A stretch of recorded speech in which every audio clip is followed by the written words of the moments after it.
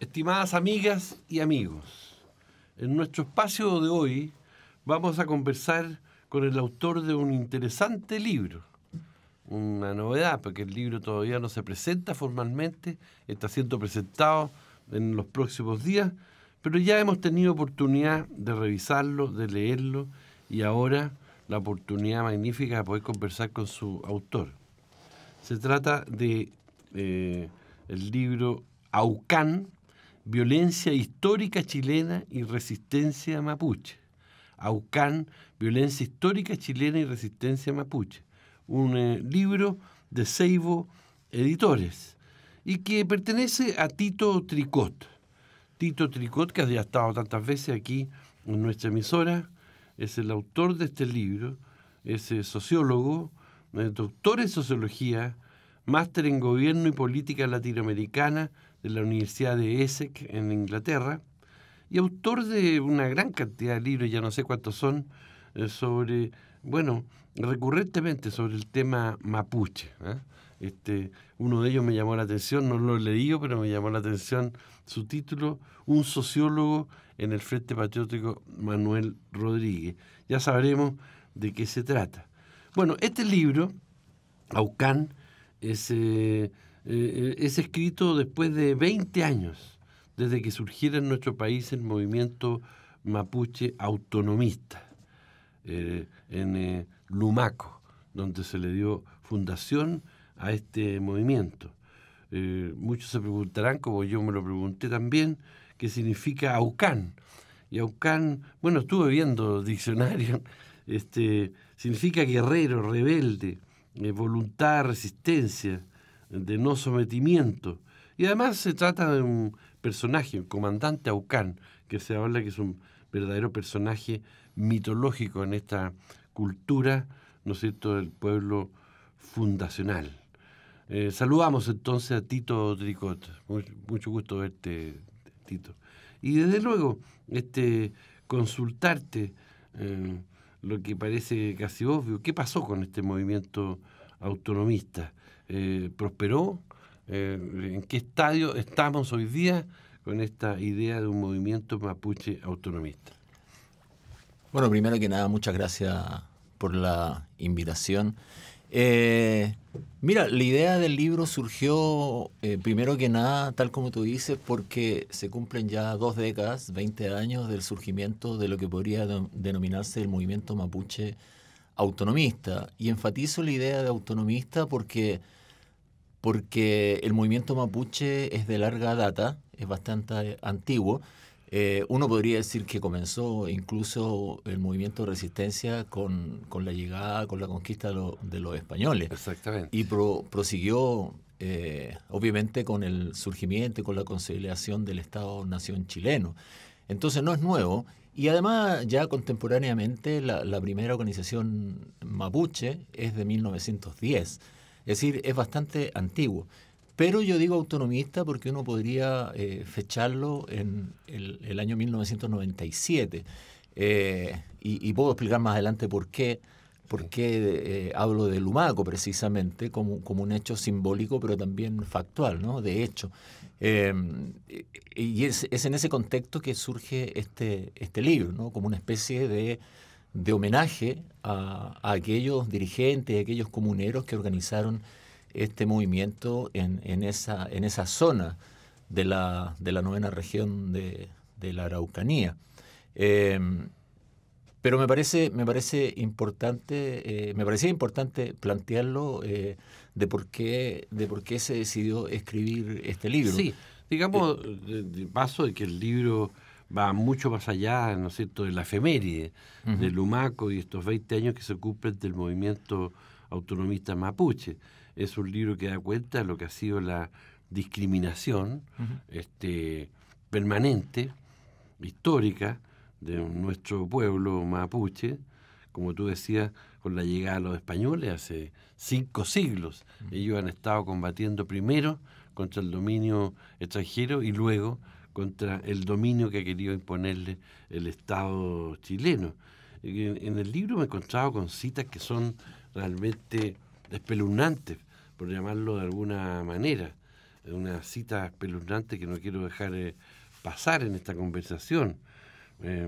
Una cita de Cornelio Saavedra, que después fue el general que estuvo a cargo de la pacificación, de la llamada pacificación de la Araucanía, que dice: como los salvajes araucanos, por la calidad de los campos que dominan, se hallan lejos del alcance de nuestros soldados, no queda a estos otra acción que la peor y más repugnante que se emplea en esta clase de guerra, es decir, quemar sus ranchos, tomarle sus familias, arrebatarle sus ganados y destruir, en una palabra, todo lo que se les puede quitar. Y de personajes que, bueno, nuestra historia venera y le asigna calles tan importantes. Bueno, mire lo que dice un personaje como Vicuña Maquena: el indio no cede sino al terror, lo que demuestra su vil naturaleza. Bueno, como estas otras citas que están en el libro, muchas de las cuales fueron publicadas por los diarios, por el diario Mercurio particularmente, que que estuvo de frentón, yo diría, en una política de exterminio respecto de los mapuches. Sin embargo, no han sido exterminados, siguen luchando. Yo no sé si hay algún cálculo, Tito, que hable de cuántos eran los mapuches y de cuántos son hoy día. Acabamos de hacer un censo, es creciente la cantidad de chilenos que ya asume su origen, su condición también de mapuche, aunque sea en un porcentaje, pero me imagino que todas estas masacres que ha vivido el pueblo mapuche, bueno, dejaron una estela de muertos asombrosa. Bueno, claramente la conquista hispana y luego la conquista chilena se puede considerar como un genocidio. Hoy día existen, o se estima la existencia de una población mapuche de alrededor de 1,5 millones de personas. No sabemos fehacientemente cuál es la cantidad exacta, porque el censo anterior a este último que se realizó fue, como sabemos, un fracaso total, a pesar de que supuestamente iba a ser el mejor censo de la historia, pero no lo fue. Entonces no lo sabemos exactamente, pero se estima, por los mismos mapuches incluso, en alrededor de 1,5 millones, ¿no? O tal vez más, lo que podría ser alrededor del 10% de la población total del país, lo que es bastante. Lo que es bastante si se considera además que hay alrededor de un 70% de chilenos, llamémoslo así, de que tenemos ancestros mapuches. Exactamente. No se puede negar. Exactamente. Ahora, hay una cosa importante en relación a la cita que tú mencionaste recién y que están consignadas también en el libro, entre otras muchas, ¿no? Sí, sí. Que dice que las clases dominantes chilenas, que son las que se hicieron del poder con posterioridad a la independencia, son profundamente racistas. Y ese racismo es el que informa todavía aún las políticas que se han implementado en relación a los pueblos originarios y particularmente en relación al pueblo mapuche también. Y te digo que son las que guían y han orientado las políticas públicas en relación a los pueblos originarios, porque el conflicto chileno-mapuche, que se le denomina conflicto mapuche precisamente porque son políticas racistas y neocoloniales, porque han significado una estigmatización también del problema, es porque siempre se ha pensado que el mapuche es un problema, ¿no? Y es un problema porque desde el siglo XIX en adelante se ha asignado esto como la lucha entre la civilización y la barbarie. Por eso tú mismo mencionabas esto del problema del salvaje, del indio. Y hoy día no se habla del indio y del salvaje, se habla del terrorista. O se habla del subversivo, se habla del extremista, ¿no? Entonces antes era el salvaje, antes era el bárbaro, hoy día el terrorista, hoy día el subversivo, ¿no? Y el que debía civilizar era el civilizado. ¿Cuál era el civilizado? Era el chileno. ¿Quién es el que tiene que luchar hoy día contra el terrorista? Entonces sigue siendo el civilizado, sigue siendo el chileno. Y esa es una posición antes colonial, hoy día neocolonialista. Entonces, claro. ¿Y cómo se hace? Antes se hacía reprimiendo se hacía usurpando el territorio. ¿Y cómo se hace hoy día? Hoy día se hace reprimiendo y manteniendo la usurpación del territorio. Hoy día, si tú analizas lo que sucede en territorio mapuche, tú te das cuenta que existen más de 1.000 efectivos policiales, es decir, más de lo que equivale a un batallón del ejército, ¿no? Entonces tú tienes vehículos blindados, semiblindados, tienes bases policiales, fundamentalmente fuerzas especiales de carabineros. Se han establecido prefecturas de carabineros, ya subprefecturas, PDI, brigadas especiales de la PDI, servicios de inteligencia operando allá, allanando comunidades, reprimiendo, torturando, asesinando mapuches, por ejemplo.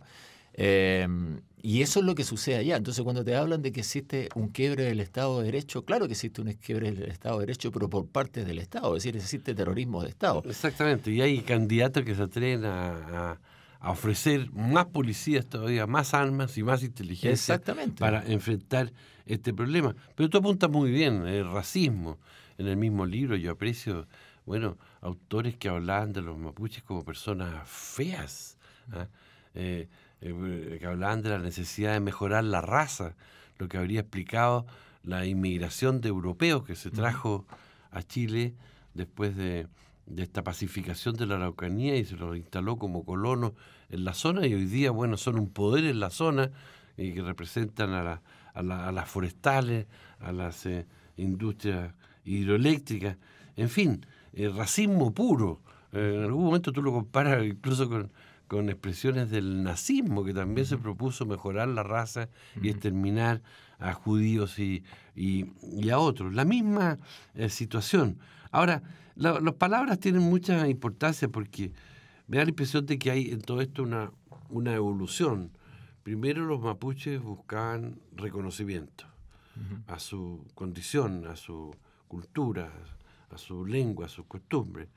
Luego empezaron a reclamar, hace 20 años, de autonomía en sus decisiones dentro del territorio chileno, tierras, que le devolvieran tierras. Pero hoy, y apelo a una conversación que tuve con un importante dirigente hace algunos meses, dice que los sectores más jóvenes de la población mapuche está ya abogando por la independencia, es decir, por territorio propio, no por la devolución de tierras, sino que por independencia. ¿Cuál es tu impresión al respecto? Mira, cuando decía al comienzo que el movimiento mapuche autonomista habría surgido en Lumaco, es por lo siguiente. ¿Qué sucedió en Lumaco entre octubre y diciembre de 1997? Que a mí me parece que fue un punto de inflexión, un giro monumental, si se le pudiera llamar de ese modo.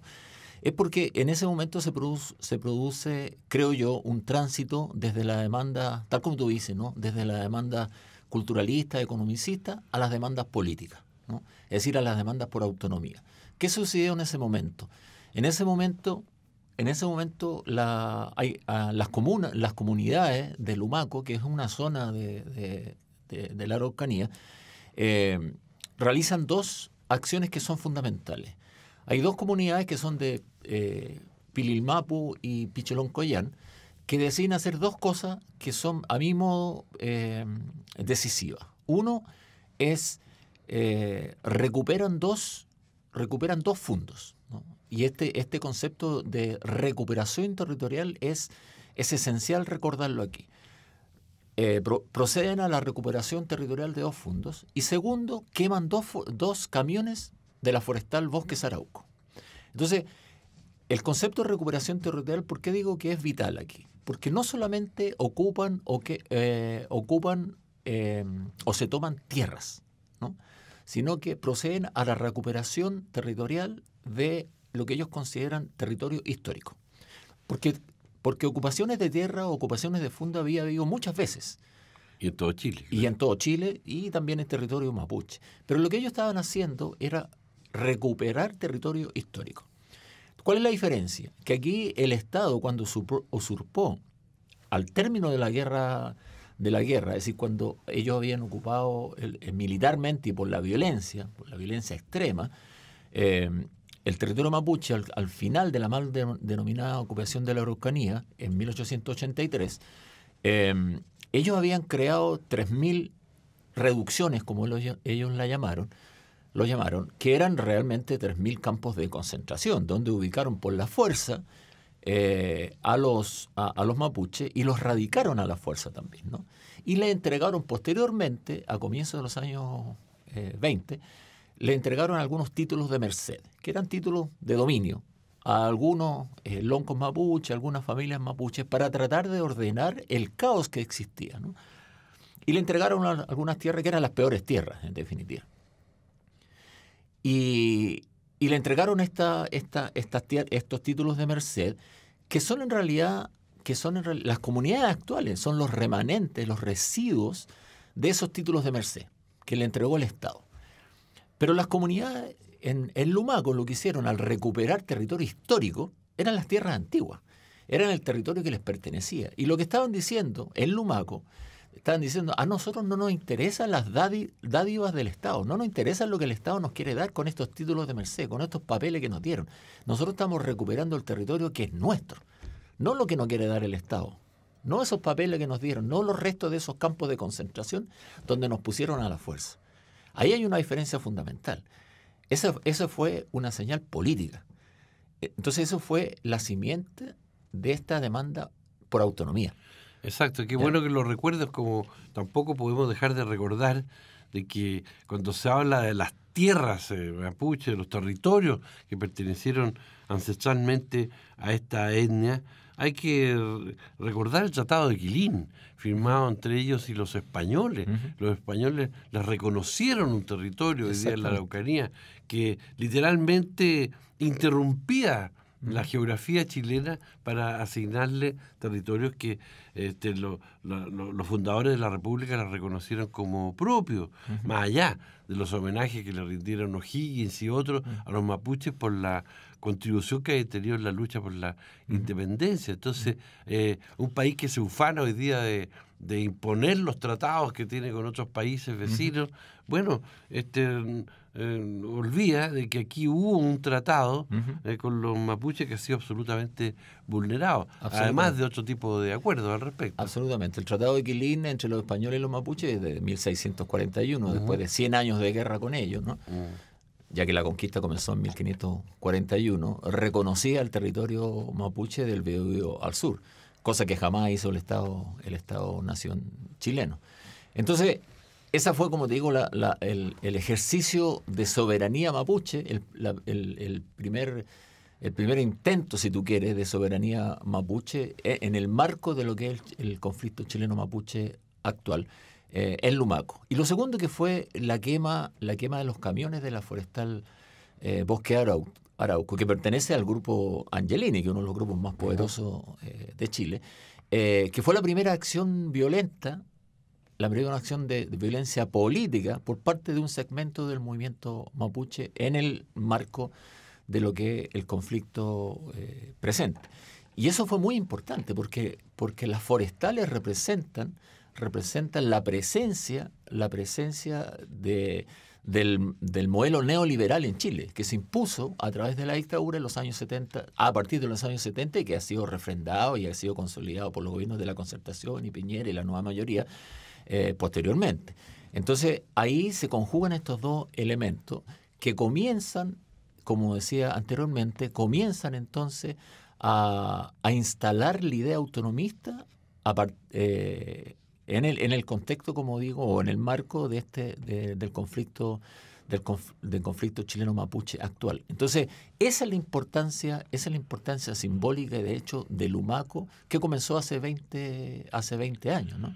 Claro, hoy día se habla, tú ya lo aludiste a eso, de que los mapuches están ejerciendo el terrorismo. Hace que ninguna de sus acciones violentas, que hay que reconocerlas, representan realmente el terrorismo, porque no tienen el objetivo de aterrorizar a la población chilena, sino que simplemente defender sus derechos. Por el contrario, lo que estaría haciendo el Estado chileno con estos 1.000 policías instalados allá es justamente ejercer el terrorismo de Estado. Pero claro, la situación se ha ido crispando y la violencia ha ido creciendo en este territorio. ¿Qué valor le asigna lo que acaba de hacer la presidenta Bachelet de hacer un reconocimiento al pueblo mapuche, pero sin, en definitiva, proponer cosas muy concretas?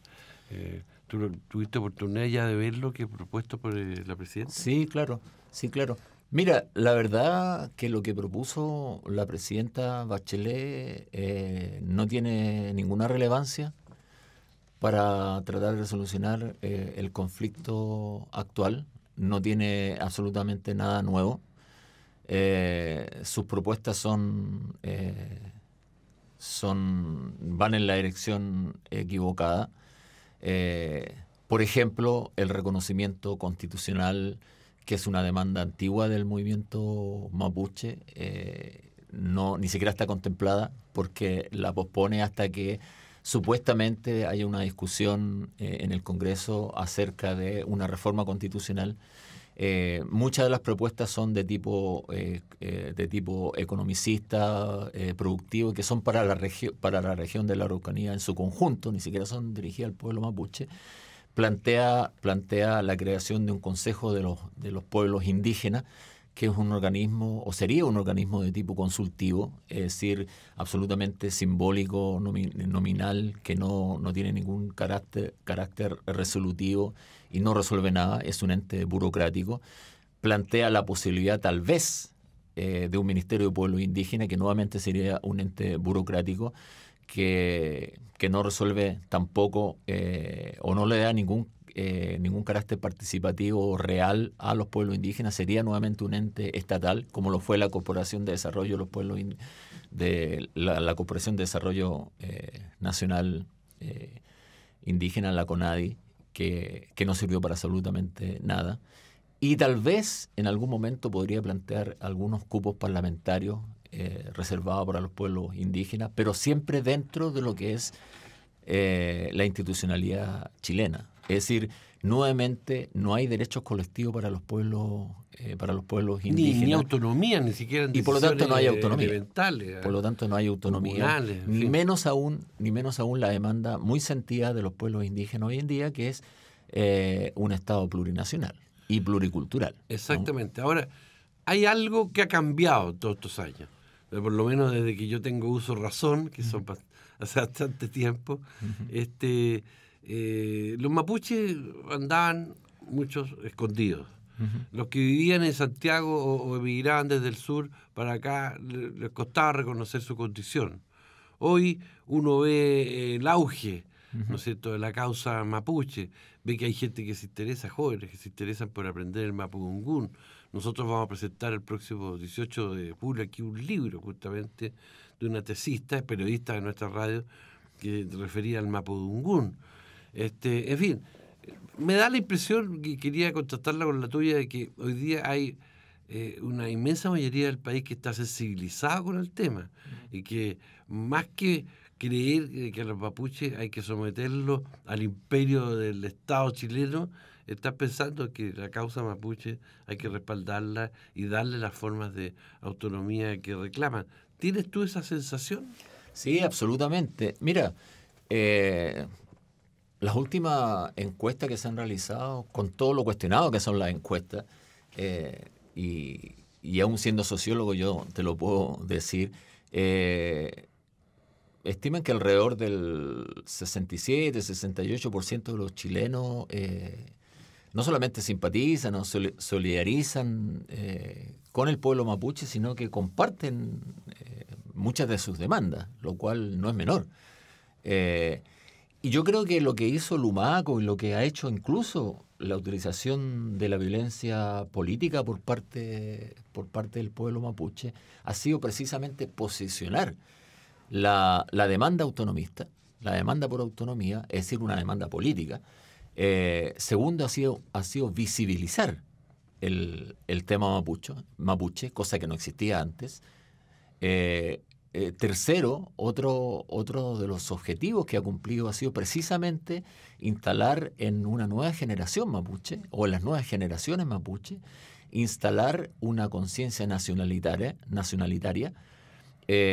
Otra cosa que ha hecho ha sido instalar también en estas nuevas generaciones mapuche, incluso en algunas generaciones anteriores, pero sobre todo en las nuevas generaciones mapuche, un gran orgullo de ser mapuche, ¿no? Un gran orgullo de ser mapuche, un fortalecimiento de la identidad mapuche también. Y eso hace que se haya visibilizado las prácticas culturales mapuche, las acciones mapuche también. Y en definitiva lo que te mencionaba delante, ese ser mapuche, esas diferentes expresiones de ser mapuche que se expresan no solamente en el campo, en las comunidades, sino que también en las ciudades. Y no olvidemos que hoy día casi el 70% de los mapuches viven en las ciudades, no viven en las comunidades, ¿no?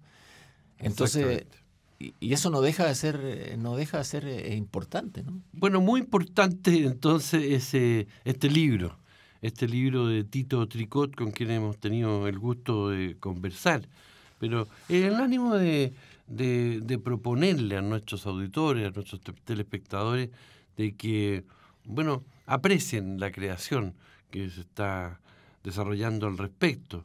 Aucán, Violencia Histórica Chilena y Resistencia Mapuche, es un libro que yo ya no sé si ya estará en las librerías, pero ya próximamente estará, de la editorial Seibo. Está en todas las librerías. Está ya, sí. Claro.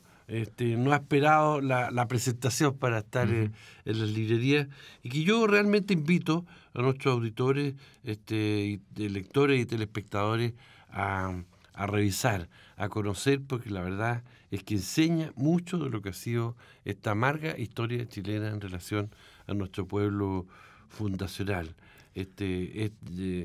Quienes escuchan la radio nos han estado escuchando en estos minutos.